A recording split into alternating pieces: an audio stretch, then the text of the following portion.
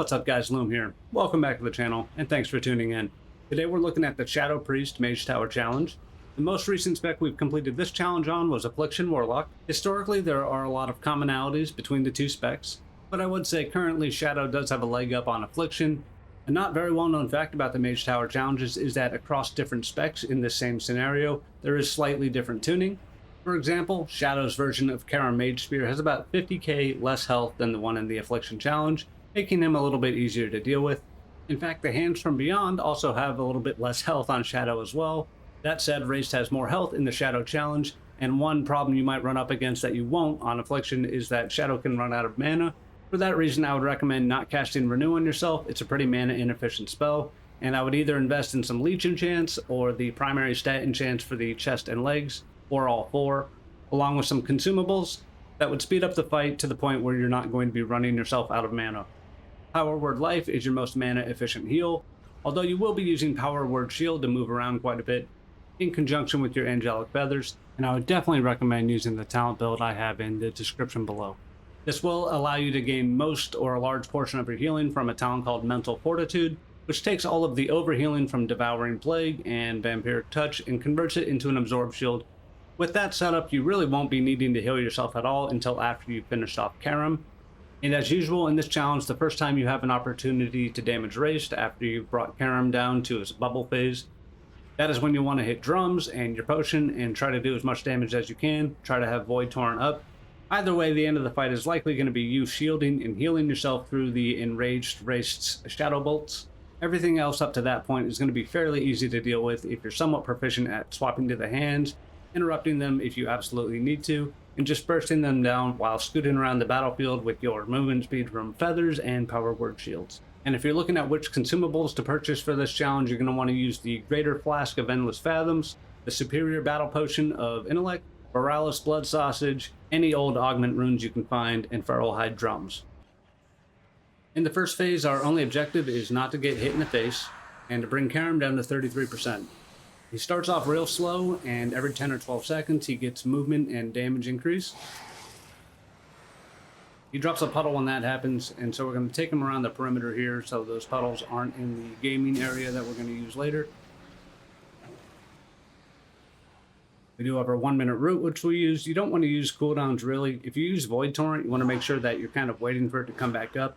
You can certainly push him super fast and then not have your damage cooldowns. 33% is the push, so we're going to dot him up when he gets a little bit lower. So we'll have our instant cast Vamp Touch, does a little impact damage as well, and go straight into our Void Torrent, so we can get 2 of them during the burn phase. And we'll Shadow Fiend, Dark Ascension.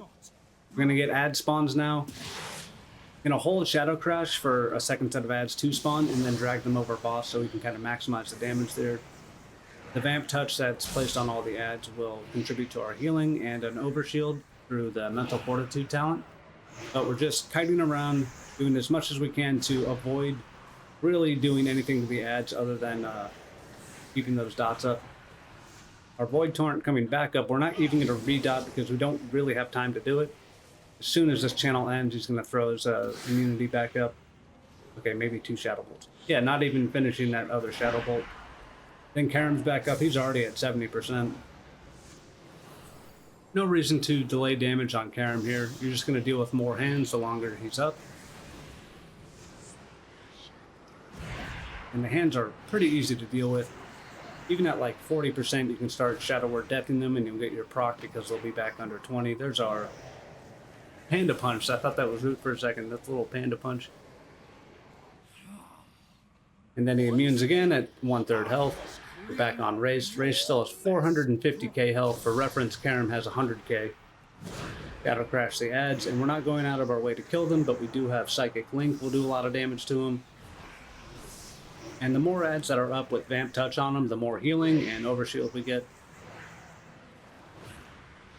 And we don't really want to be here. We're going to start getting Runes of Summoning, as we just did. When ads get too close, we do have Psychic Scream. It'll take out a whole clump of ads, but I think it's just 5 targets, so you got to make sure you're not dragging the ads all over the place. Another good reason to keep them clumped up and then away from that kind of green cracked area. Karam is back up. This is his third time up, so we want to kill him, but we also want to make sure we drag it out a little bit, as we leave race with like 300k HP to burn through. That Mind Blast was 15k. For reference, hands have 17k, so Shadow definitely has the tools for those. But you can't leave race with too much health. They'll just burn your mana at that point. And a nice bonus to Shadow here is, okay, we fear erased, buying ourselves a little bit more time, is those little void tendrils and trinket procs can actually soak the runes of summoning for you. It happens once for us real soon that I can't even see the ad that soaks it, but it happens, and it kind of bails me out. But keeping the ads clumped up, I'm going to Shadow Crash when a new set spawns, maybe like right away. No, here we go. Got a redot raced. Really easy to let those dots fall off as you're kind of dealing with everything else. You don't want that to happen. Karam is super low. We're not going to like not kill him. Here's that free soak I get. New hand coming up. I'm like panicking. I even hit the Psychic Scream, but we got lucky there. And we kick the hand, we dot the hand. Moving with Void Torrent is like super nice. Void Torrent's a little overkill for the hands, but you know, at that point, what are you going to do? Raced is now enraged. His Shadow Bolts will do like, not 4k, but close to it. Of our 11k health pool. And this is, you're going to see I'm at 96 mana now. Each shield and flash shield is 10% of your mana. Power Word Life is probably about the same cost. And Renew is pretty close to that as well. So you definitely don't want to use Renew. There's our Psychic Scream. It's the whole clump of ads +1. Power Word Life procs, we hit it. About half your health. And then you're just scooting around with Power Word Shields anyway. 6-second cooldown, that's going to be up all the time. And again, if you can get these ads dotted with the Vamp Touch, that'll contribute more healing. More Leech here would be very nice. You get 4% just from the class tree. And we actually just burned our Dispersion and Desperate Prayer. Things were a little dicey there. I should have Shadow Crashed the double set of ads already. I should have run through the boss right now, but I'm not doing either. I'm playing a little greedily. Power Word Life coming back up, then we shield. Devouring Plague also returning health, so make sure you're spending that. We have a Candle Boy in the rune here. I don't see it, but just soaked it for me, so that's very nice. And we just got to keep moving. We fade. Fade is mana free, so that's 10% DR from the class tree. We Dark Ascend. 6 seconds for our Power Word Life to come back up. We also have that amped flash heal, but again, if you can just survive on Power Word Life, that's the most mana efficient way to do it.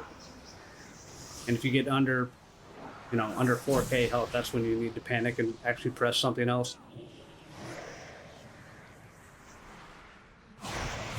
And we managed to get the boss with that Shadow Crash.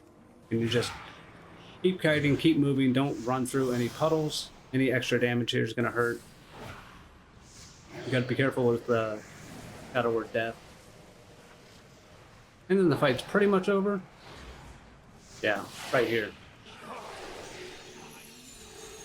Angelic Bulwark proccing there as well. Don't even have the mana to cast Power Word Life. Now we do. Again, mana the #1 concern. Get some primary stat enchants for your chest and legs. Some leech enchants for your cloak and or bracers. Give yourself a little bit more longevity. Priest definitely has all the tools in the kit you need for this fight.